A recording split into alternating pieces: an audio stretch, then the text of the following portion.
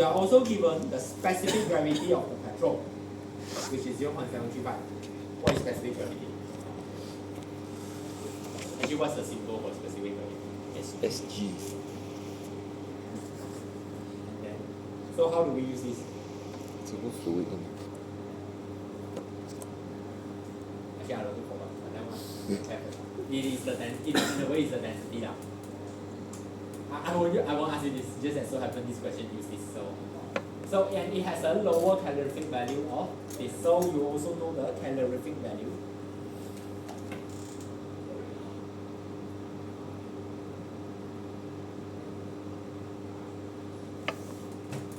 And you are also given Morse test, so you can see everything is given here.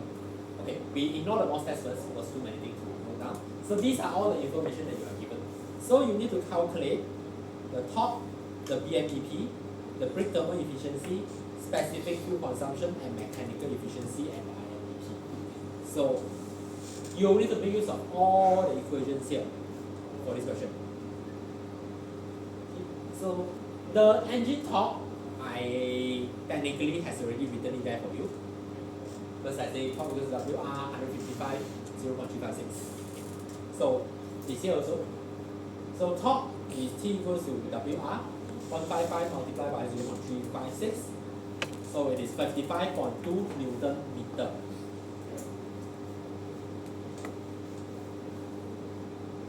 So based on this, you calculate the brake power. So brake power is 2 pi nt. So 2 pi n is 2,800 rpm. So we convert it to second divided by 60. T is 55.2. But since this is Newton meter, we want things to be in kilowatt, so you divide by 1,000. Yeah. So now the dangerous part for this chapter is only this. So you need to be a bit careful of expecting much. Otherwise, they're all about the same. So BP also, you can see they are all direct application of the equations. So once you have BP, then you can calculate BMEP. Because BMEP is just BMEP ALNN over 2 equals to BP. So you move around. So this is so 16.2 is your BP. And then times 2. The area is actually this one. So area here is actually pi d squared over 4.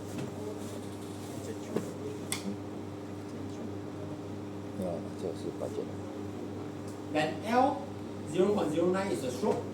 So we mentioned just now, so stroke is 90 millimeter. So 0.09 is the stroke. And then same thing. Engine speed 2,800 divided by 60. So don't forget about the small n. The small n, which is the number of cylinder. So this is the four cylinder engine, so there's a 4 here.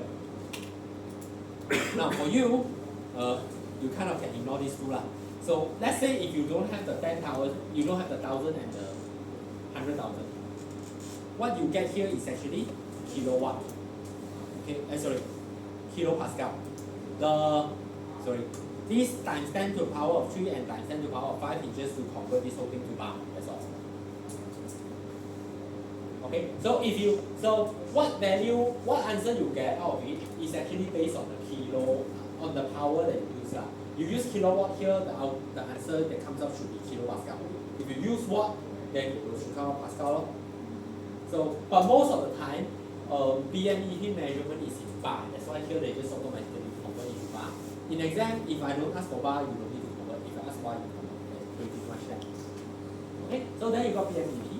So after that, the question after BMEP question asks for brake thermal efficiency. So we know that this is the brake thermal efficiency equation. BP is given, Q net is given. So you need mass flow rate of the fuel. So the mass flow rate of the fuel, we use the volume flow rate.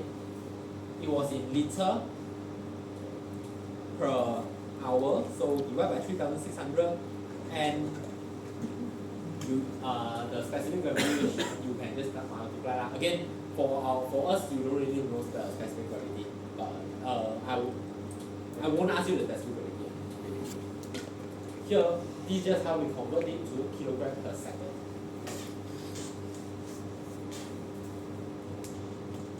So then you get mass flow rate. Okay, so then, after that, specific fuel consumption, the SFC. So like I say, SFC is just the mass flow rate over brake power. So you use back the same value that you get above, you can get the SFC value. Or not. Because this SFC value is in terms of, so there is a catch here. SFC value here, did the question say anything? Actually it doesn't. But most of the time SFC value is in terms of per kilowatt hour lah. Again, this one, the question never asks, you can don't convert. But if question asks, then you have to convert. So you can see again, remember I mentioned this chapter is actually the chapter that by right is supposed to be the easiest because everything is just a direct application of the equations. The hard part is you need to remember the equation.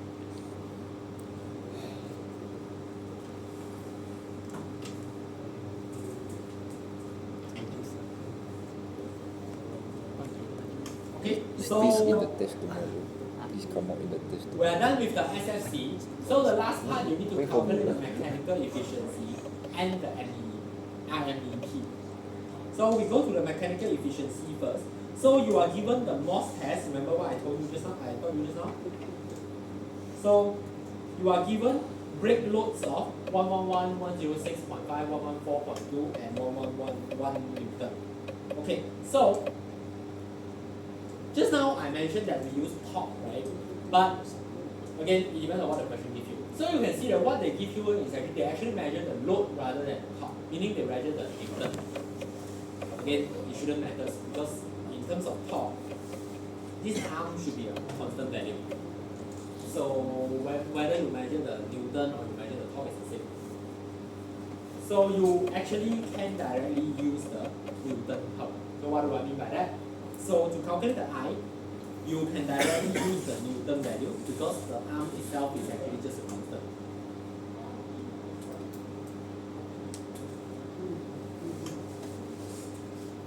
So you minus each of them. So this is the B, which is the brake power of the brake load as a resultant of the total brake power. Then this is each of them when you cut off one cylinder each. So you cut off the first one, second one, third one, fourth one.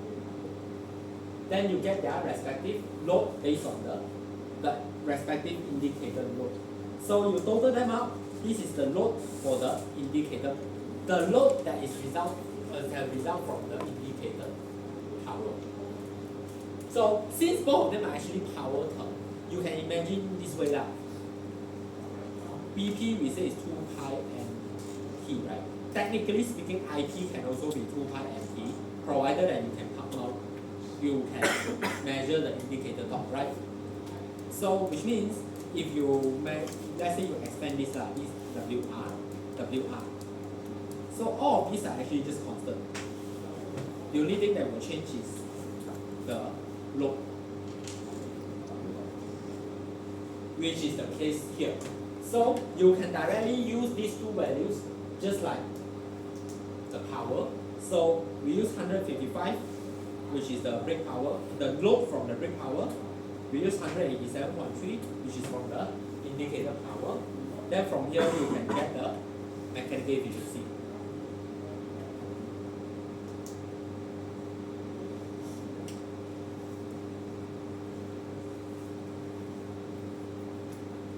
And then you can use the mechanical efficiency to find the IMEP.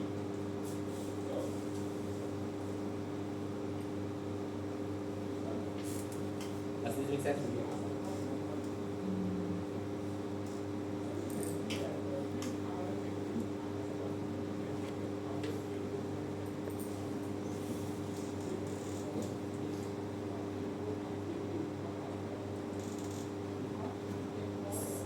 So one thing that you can see here, hopefully you can see, is that DP and IP technically don't really have separate equation. They are all the same equation. So like the way that you calculate DP and the way you calculate INDP are the same.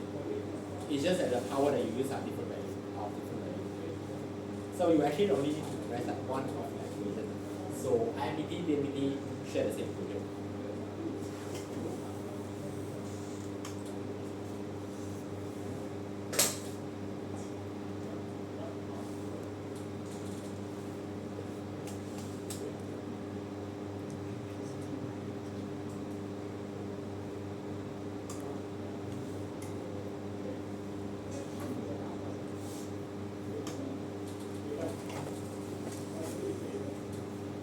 Okay, so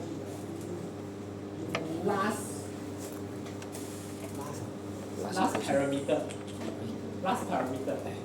Okay, so volumetric efficiency. This is also something that you measure for the lab. So volumetric efficiency gives you the breathing capacity of the engine. So what is breathing capacity? It is the amount of charge which can be induced into the cylinder, expressed quantitatively by the volumetric efficiency. So let's say for an IC engine, the volumetric efficiency is the volume of air induced over the sweat volume. So the sweat volume is the volume that the cylinder or the piston will go through, right? But it doesn't necessarily mean that when you induce air into the system, it can fulfill the whole thing. So we're talking about air only, so because you still need to mix it with fuel, right? So it is not exactly the same value. So which is why volumetric efficiency, we have another equation for volumetric efficiency. So V over Vs. So the power output of an engine depends on this capacity, basically. So the higher the volumetric efficiency, okay, the better the output of the engine. So supercharging is used to improve this figure. Air is forced into the cylinder by a blower or fan which is driven by the engine. So we actually can force the air to go into the cylinder to improve the volumetric efficiency. And that is what we call supercharging.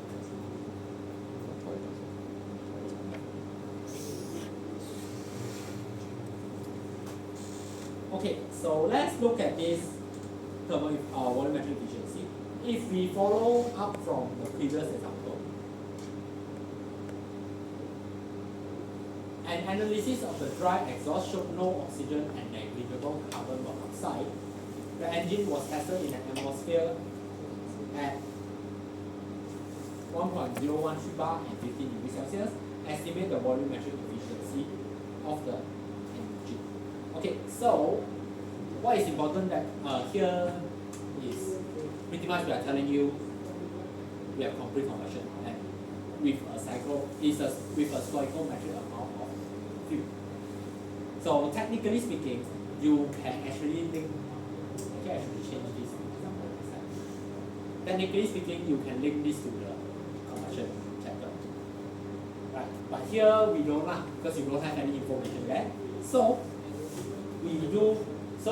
what we do is this. So let's assume that you know what was the combustion. So what was the fuel that's used. So you can get the stoichiometric air fuel ratio to be 14.5/1. Okay, for example.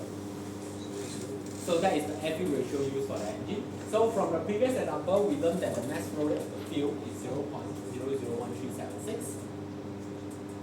So from this, you can calculate the mass of the air as well, because that is the mass of the fuel.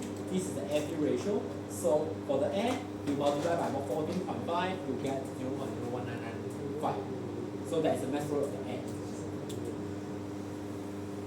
So then you use PV equals to MRT.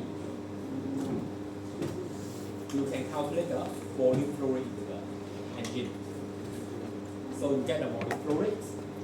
Then after that, you calculate the sweat volume. So you know this already. Sweat volume is ALNN/2.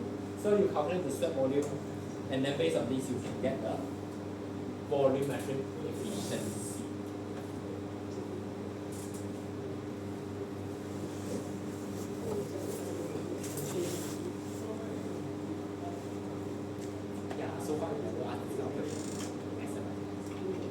combine the I can combine the combustion with this one. Good. Because same thing, right? You can go at the top, you calculate every ratio, then you get this. But not for you, don't worry. Nothing already, nothing to say already. Finish already. So this chapter is done. You have one more slide, but then you have one more different file. But I usually don't talk about the file because that one is pure theory. So I put it as a reading material for you. Just read it for your own knowledge. If you want to go into the if you are interested in going to engine field, then you can read through the one I teach. If I teach also, it's just me reading the slide. Yeah, so no point. This one also pure theory. No one got a lot of calculation. Pure formula. Yes. What to do? If I'm the one that draft this syllabus, I probably won't do it. But to be honest, I also don't know what chapters to read. Right. So yeah, that's all. So tomorrow your test, then after your test, then we go